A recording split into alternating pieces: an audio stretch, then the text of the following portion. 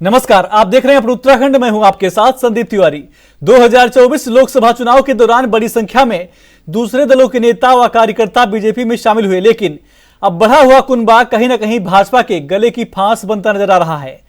दरअसल 20 नवंबर को केदारनाथ में उपचुनाव होने हैं, जिसको लेकर बीजेपी में दावेदारों की होड़ लगी हुई है। लेकिन इस बीच केदारनाथ सीट से 2 बार निर्दलीय उम्मीदवार के तौर पर चुनाव हार चुके कुलदीप सिंह रावत के तेवरों से बीजेपी में बेचैनी है, जिसको लेकर कांग्रेस चुटकी ले रही है। आपको बता दें कि कांग्रेस प्रदेश अध्यक्ष करण महरा का कहना है कि हकीकत यही है कि भारतीय जनता पार्टी में काफी असंतोष है। देखिए, मैं क्योंकि वो बीजेपी के परिवार के सदस्य हैं, मैं उन पर टिप्पणी नहीं करूँगा, लेकिन हकीकत यही है कि भारतीय जनता पार्टी में काफ़ी असंतोष है। शैला रानी रावत जी की बिटिया भी तैयारी कर रही हैं, कुलदीप रावत क्योंकि पिछले बार वोट लेके आए थे ठीक ठाक, तो वो भी तैयारी कर रहे हैं और अन्य लोग भी वहाँ हैं। आशा नौटियाल जी हैं जो उनकी महिला मोर्चे की प्रदेश अध्यक्ष हैं, वो भी हैं और अन्य भी दावेदार हैं। तो वहाँ नाराज़गी भी है, लोगों को झूठ बोलकर पार्टी में सम्मिलित किया गया, सपने दिखाए गए कि आप हमारी पार्टी में आ जाए, आगे आपको मौका मिलेगा। तो आज वो चीज़ें निकल के बाहर आ रही हैं और भारतीय जनता पार्टी है कहाँ? कांग्रेस मुक्त भारत कहते कहते आज कांग्रेस युक्त भारतीय जनता पार्टी हो गई। वहाँ 80% लोग तो कांग्रेस के ट्रेंड लोग हैं। मंत्रियों को देख लो, मंत्रियों की संख्या देख लो, उसमें भी आधे मंत्री कांग्रेस पृष्ठभूमि के हैं। तो कांग्रेस युक्त भारतीय जनता पार्टी है और कांग्रेस मुक्त करते करते खुद ही कांग्रेस में ही हो गई है भाजपा। उत्तराखंड केदारनाथ उपचुनाव की तारीखों का ऐलान हो चुका है। उपचुनाव से ठीक पहले कांग्रेस और बीजेपी में बगावत होती दिख रही है। अगर कांग्रेस की बात करें तो प्रत्याशियों के पैनल को लेकर घमासान शुरू हो गया है। वरिष्ठ पर्यवेक्षक गणेश गोदियाल ने सोमवार को प्रत्याशियों का पैनल सीधे प्रदेश प्रभारी शैलजा को भेज दिया था। इस पर कांग्रेस प्रदेश अध्यक्ष करण महरा ने कड़ी आपत्ति जताई थी। वहीं बीजेपी प्रवक्ता विनोद सुयाल का कहना है कि भाजपा में सब कुछ ठीक है और जल्द ही हमारा नेतृत्व प्रत्याशी चयन कर लेगा। साथ ही उन्होंने कहा कि केदारनाथ उपचुनाव में भाजपा फिर से कमल खिलाने जा रही है। भारतीय जनता पार्टी में टिकट चयन प्रक्रिया की एक स्वस्थ परंपरा है और चयन प्रक्रिया की एक प्रक्रिया है और उसमें निश्चित रूप से जो हमारे कार्यकर्ता है वो उसमें आवेदन कर सकते हैं। उन सबके आवेदन प्राप्त हो चुके हैं और हमारा जो शीर्ष नेतृत्व है, हमारा जो पार्लियामेंट्री बोर्ड है वही तय करता है और उसमें वही निर्णय लेता है और जल्दी ही हमारे यहाँ निर्णय आएगा और सभी कार्यकर्ता हमारे पूरे मनोयोग से जो भी भारतीय जनता पार्टी का प्रत्याशी होगा उसको विजय बनाने के लिए सभी संकल्पित है। और निश्चित रूप से केदारनाथ विधानसभा में हमारे पास हमारी सीट थी और हम ही उसको जीतने वाले हैं। बीते दिनों दिल्ली के रोहिणी में हुए बम धमाके के चलते उत्तराखंड में भी सुरक्षा को लेकर और अधिक सक्रियता बढ़ती जा रही है। उत्तराखंड के डीजीपी अभिनव कुमार ने बताया कि हरिद्वार, ऋषिकेश और कुमाऊं में कैंची धाम जैसे संवेदनशील स्थान और जो मानस खंड बनने जा रहा है, ऐसे स्थानों पर सुरक्षा पहले से ही पुख्ता है। साथ ही उन्होंने कहा कि केंद्र की एजेंसी के सहयोग से भी जो इनपुट हमें प्राप्त होते हैं उस पर भी हम कार्रवाई करते हैं और पुलिस महकमे को अलर्ट रहने के निर्देश भी दिए गए हैं।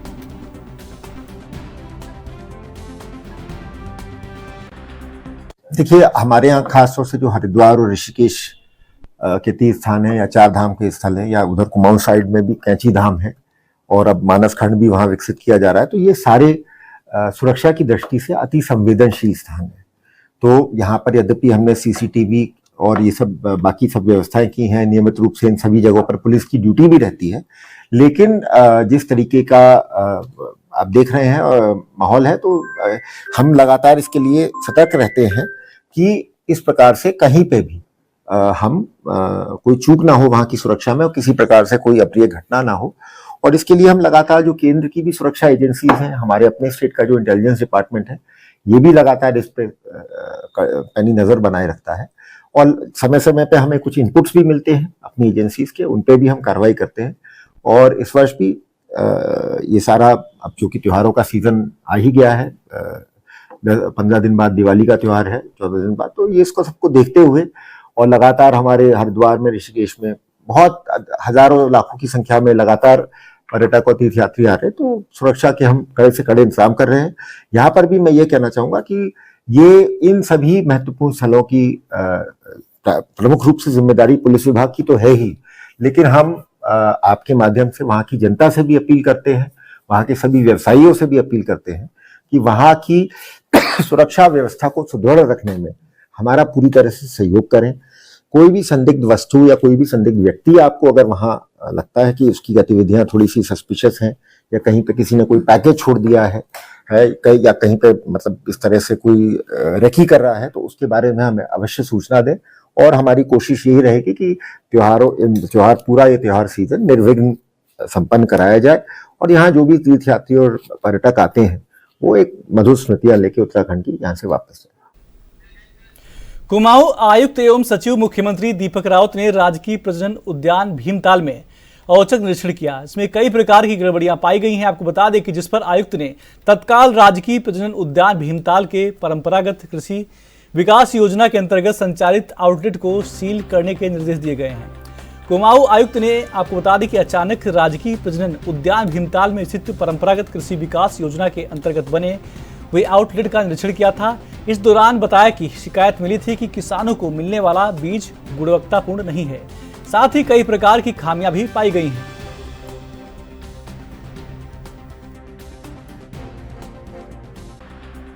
प्रेमा फेसाई संदिग्ध लग रहा है, बारकोड की रीडिंग नहीं हो पा रही है, सप्लाई अगर 20-20 में करनी थी तो यहाँ 40 में क्यों आ रही है। और थर्ड बात जो है, जो इसमें सप्लायर, जो एक पर्टिकुलर सप्लायर जिससे काम तो भेषज संघ को मिला था, भेषज ने फिर इसको आगे पास ऑन किया किसी और डीलर को।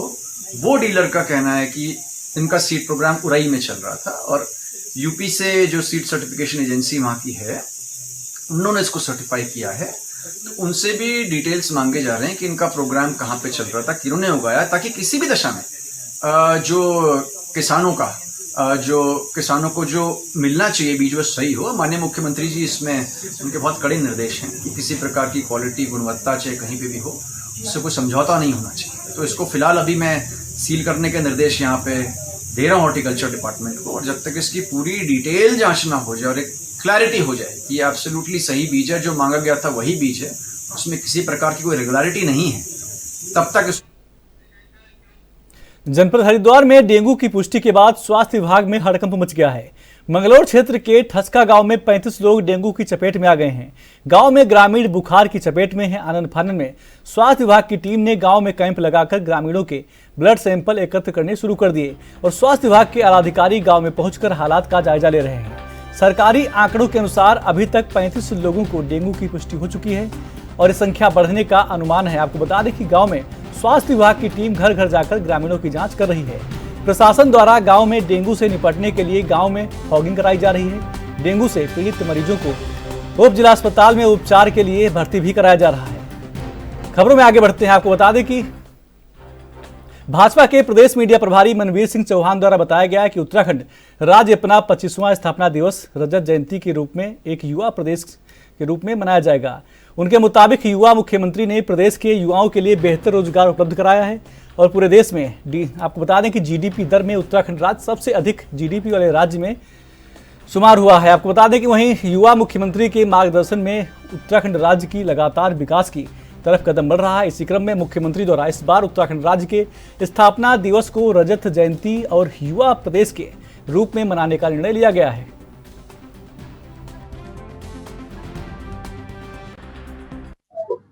ये बहुत खुशी की बात है। हमारी राज्य 25 वर्ष का युवा प्रदेश के रूप में हमारा प्रदेश खड़ा हो रहा है और प्रदेश के मुख्यमंत्री भी युवा हैं। उनके द्वारा जिस तरह से रजत जयंती के रूप में इसको मनाया जा रहा है, ये जिस तरह से उत्तराखंड राज्य को देश का सर्वश्रेष्ठ राज्य बनाने के लिए आदरणीय मुख्यमंत्री पुष्कर सिंह धामी जी काम कर रहे हैं। निश्चित रूप से जो मेहनत तो राज्य को विकास के लिए कर रहे हैं वो सामने दिखाई भी दे रहा है। आज हम बेरोजगारी की दर से देखें तो निश्चित रूप से अन्य राज्यों की अपेक्षा देश में नंबर 1 रोजगार देने वाला राज्य हमारा राज्य है। हम जीडीपी की दृष्टि से देखें तो देश में नंबर 1 राज्य विकास दर जो है वो हमारे राज्य की नंबर 1 है। इस तरह कई मायनों में उत्तराखंड राज्य ने विकास की दृष्टि से आसमान को छुआ है और देश के सर्वश्रेष्ठ राज्यों की ओर अग्रसर हमारा राज्य हुआ है। तो निश्चित रूप से आदरणीय मुख्यमंत्री जो हमारे युवा मुख्यमंत्री हैं, उनके नेतृत्व में राज्य जो युवा राज्य है वो आगे बढ़ रहा है और सर्वश्रेष्ठ राज्य बनने की ओर अग्रसर। उत्तराखंड में जल जीवन मिशन में खराब परफॉर्मेंस वाले जिलों की जिम्मेदारी तय की जाएगी। मुख्य सचिव राधा रतूड़ी ने जल जीवन मिशन की समीक्षा बैठक के दौरान खराब परफॉर्मेंस पर नाराजगी जाहिर करते हुए अधिकारियों से रिपोर्ट तलब की है। मुख्य सचिव ने जिन जिलों में उम्मीद से कम प्रदर्शन हुआ है वहां के अधिकारियों को योजना की नियमित रूप से मॉनिटरिंग करने और हर हफ्ते समीक्षा कर शासन को रिपोर्ट भेजने के सख्त निर्देश दिए गए हैं। बता दें कि जल जीवन मिशन में यूं तो कई सवाल खड़े होते रहे हैं, लेकिन इस बार मुख्य सचिव राधा रतूड़ी ने भी समीक्षा बैठक के दौरान कामों में धीमी गति पर नाराजगी जाहिर की है।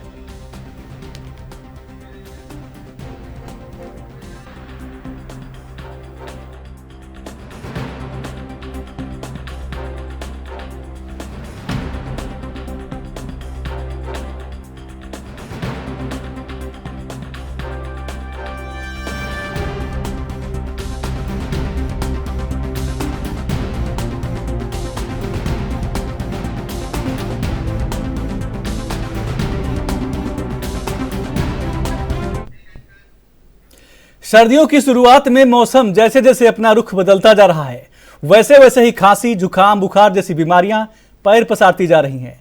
सरकारी गैर सरकारी चिकित्सालय में भी इस वायरल मरीजों की संख्या दिन प्रतिदिन बढ़ती जा रही है।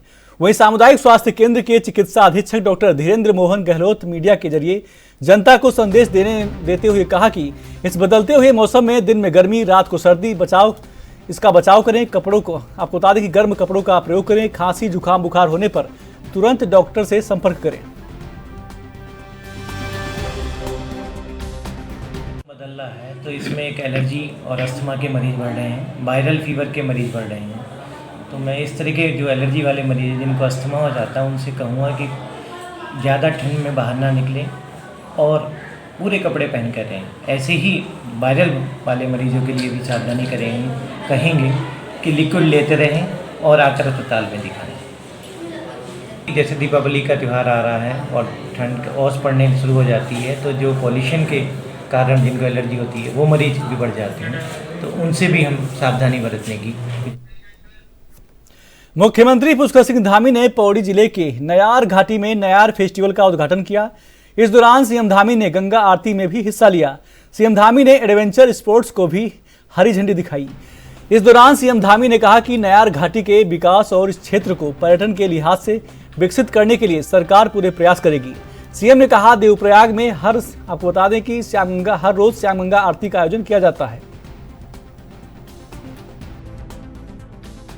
देखिए, नयार महोत्सव के माध्यम से ये पूरा क्षेत्र हमारा पर्यटन की दृष्टि से, साहसिक पर्यटन की दृष्टि से तमाम क्षेत्रों में आज एक नए डेस्टिनेशन के रूप में उभरेगा और यहाँ पर ये सब गतिविधियाँ होंगी। इससे हमारे क्षेत्र के लोगों को रोज़गार भी मिलेगा, पर्यटन का एक बड़ा केंद्र बनेगा। और हमारी सरकार की प्राथमिकता है कि ये शानदार क्षेत्र हमारा डांगों का क्षेत्र, ये नयार घाटी का क्षेत्र आने वाले समय में एक भव्य और अच्छे डेस्टिनेशन के रूप में विकसित हो और यहाँ पर देश दुनिया के लोग आएँ और तमाम प्रकार की गतिविधियाँ, चाहे वो साहसिक खेलों के क्षेत्र में हो या पर्यटन के क्षेत्र में हो, वो विकसित हो। उसके लिए हम हर संभव प्रयास करेंगे।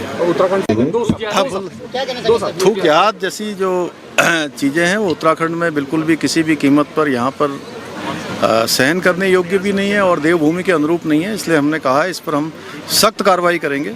ये हमारी बिल्कुल भी किसी भी संस्कृति से मेल नहीं खाता है और देवभूमि को लोग साफ स्वच्छ देखना चाहते हैं। यहाँ के खाना दूषित न हो, यहाँ पर इस प्रकार की चीज़ें न हो। ये प्रशासन के स्तर पर हमारे स्वास्थ्य विभाग की दृष्टि से भी सभी लोग जो है इस पर काम कर रहे हैं।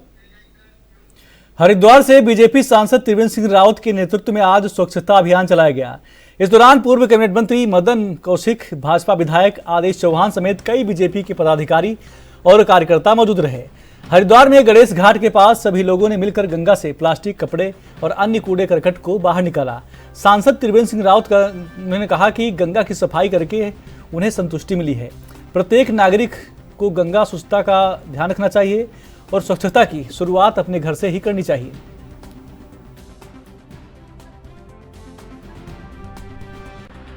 हमारे जो संगठन के अन्य पदाधिकारी हैं, चाहे महामंत्री हैं, हमारी महिला मोर्चा है, तमाम लोगों ने आज इस अभियान में भाग लिया है और मुझे खुशी है कि सब लोग अब जाते हुए ये कह के जा रहे हैं कि आज हमको संतुष्टि कि हमने कुछ किया है। तो मैं कहता हूँ ये संतुष्टि का भाव ये सबसे बड़ा भाव है। और मुझे भी संतुष्टि कि हम चाहे छोटा ही क्षेत्र किया है लेकिन साफ किया है। जन सहभागिता बहुत जरूरी है इसमें, क्योंकि निश्चित रूप से जन जन नहीं, हर घर की सहभागिता जरूरी है। घर वाले अपने घर में सफाई रखें, अपने चौके चूल्हे साफ रखें, अपने टॉयलेट साफ रखें। तो मैं समझता हूँ कि जो अभियान ये चल रहा है, जो हमारा मकसद है कि लोगों में इसकी जागरूकता फैले, वो अभियान हम मानेंगे सफल हुआ है।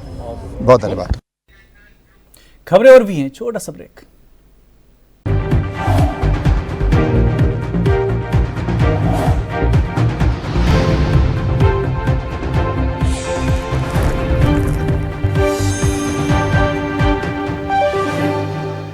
ब्रेक के बाद स्वागत है आपका। खबरों में आगे बढ़ते हैं।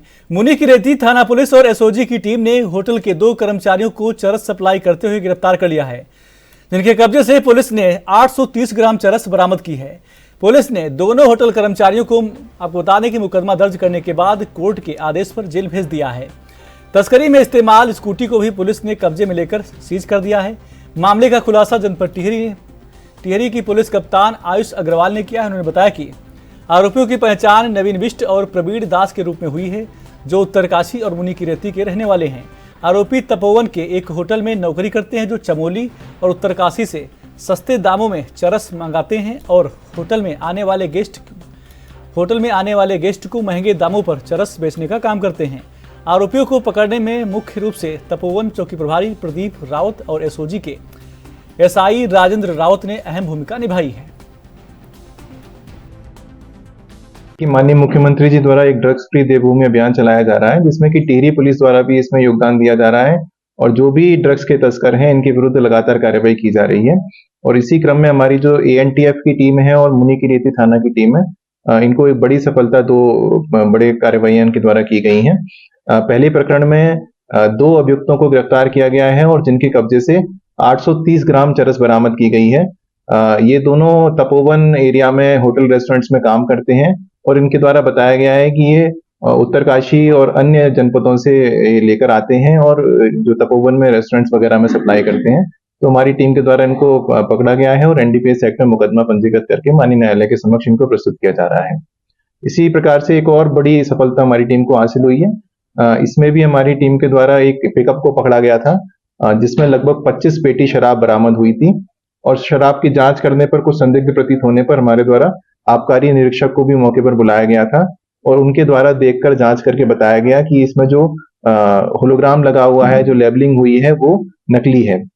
और इस पर आगे काम करते हुए हमारे द्वारा उनसे पूछताछ की गई अभियुक्तों से और उनकी निशानदेही पर देहरादून स्थित एक गोदाम में छापा मारा गया, जहां पर बड़ी संख्या में फर्जी होलोग्राम और लेबल्स मिले हैं। और इनके द्वारा पूछताछ में बताया गया है कि ये लोग पंजाब, हरियाणा, अन्य राज्यों से शराब लेकर आते थे और यहाँ पर उत्तराखंड की लेबलिंग करके उसको अलग अलग स्थानों पर बेचते थे। तो ये बड़ी सफलता हमारी टीम को हासिल हुई है। इसमें एक्साइज एक्ट में और साथ ही बीएनएस की संबंधित धाराओं में भी इसमें मुकदमा पंजीकृत किया।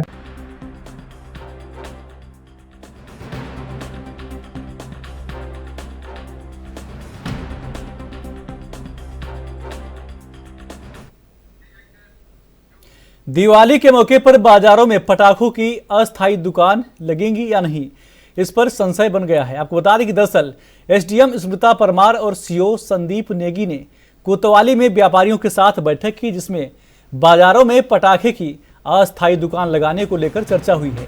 व्यापारियों ने हर वर्ष की तरह आपको बता दें कि इस वर्ष भी बाजार में पटाखों के अस्थायी दुकान लगाने के लिए परमिशन देने की मांग की थी, लेकिन एसडीएम शंकरी सड़कों पर भीड़भाड़ और आगजनी की घटनाएं होने पर सुरक्षा का हवाला देकर पटाखों की दुकान शहर से बाहर लगाने पर जोर देने लगी, जिस पर व्यापारियों ने एतराज जताया है।